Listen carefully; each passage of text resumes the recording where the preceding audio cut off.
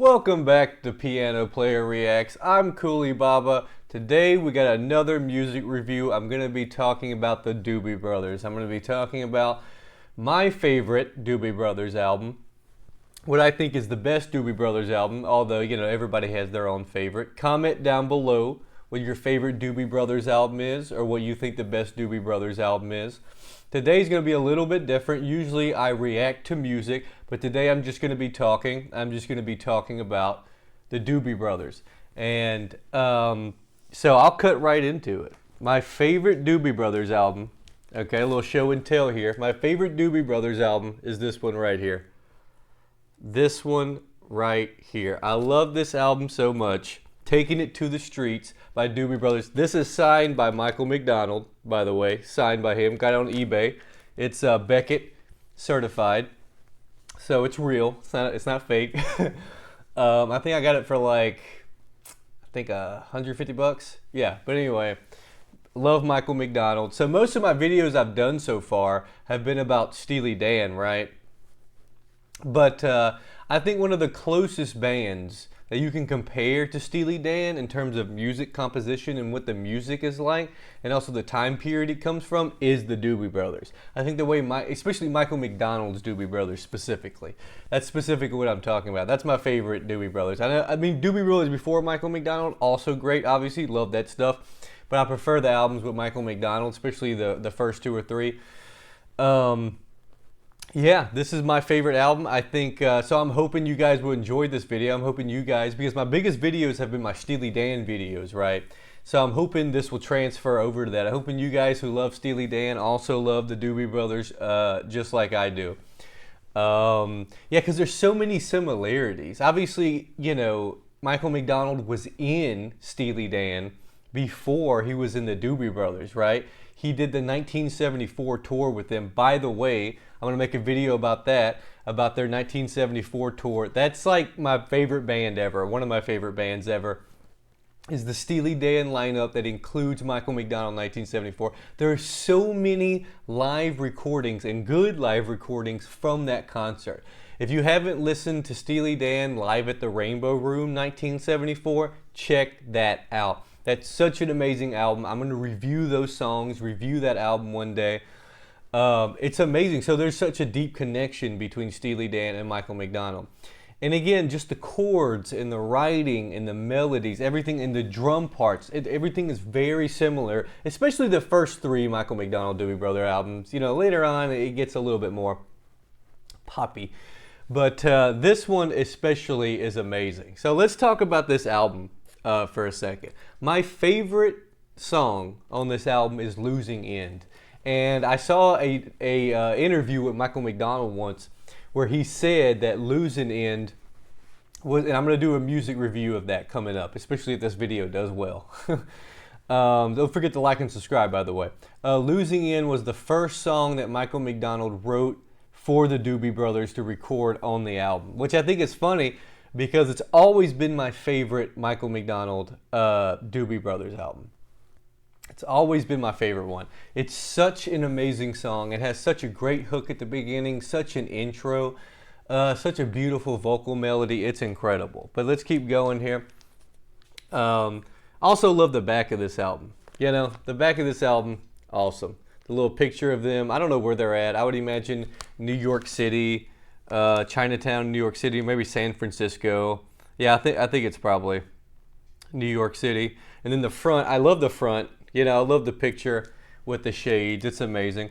But then moving on from that, I really love Wheels of Fortune. Wheels of Fortune, that's also a really great song. And of course this has It Keeps You Running. It Keeps You Running is such an amazing song.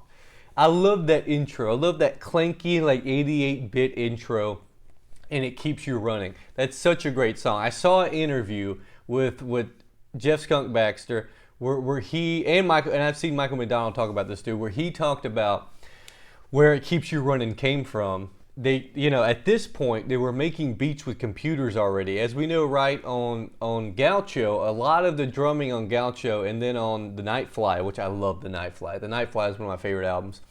A lot of that is real drums overdubbed on a machine drum track. Such interesting musical history here at this point.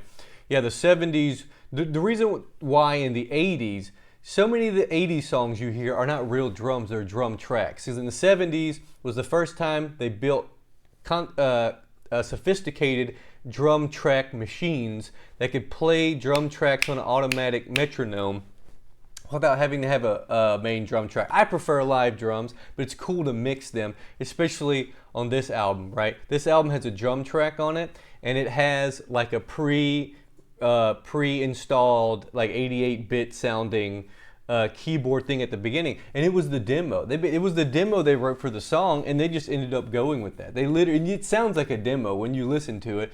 Boom, boom, boom, boom, boom, right? It sounds like a demo. It sounds very cheap. It sounds like they put it together very quickly, but they thought it sounded so cool that they just ran with it.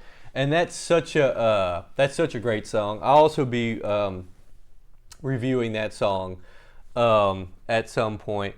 But yeah, this is such an amazing album. Rio is another amazing song. I think Rio is another great underrated Doobie Brothers song. I'm Brazilian. I'm half Brazilian, so I love to hear a song about Brazil. Which, if I remember correctly, I think it is about Brazil. I mean, I'm not from Rio. I'm not from that part of Brazil, but it is an awesome song, and it is really cool for me as a Brazilian to hear the Doobie Brothers do a song about where I'm from. And let's see here. Oh, For Someone Special.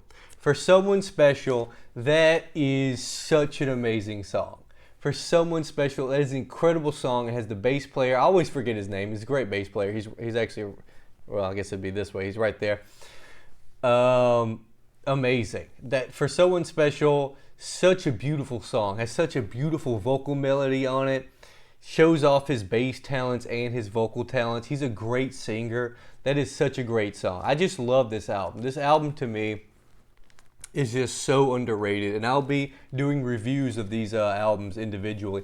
One thing I'd like to say that I also love is I love how the Doobie Brothers had two albums. My favorite bands, I would say, are Steely Dan and the Allman Brothers, right?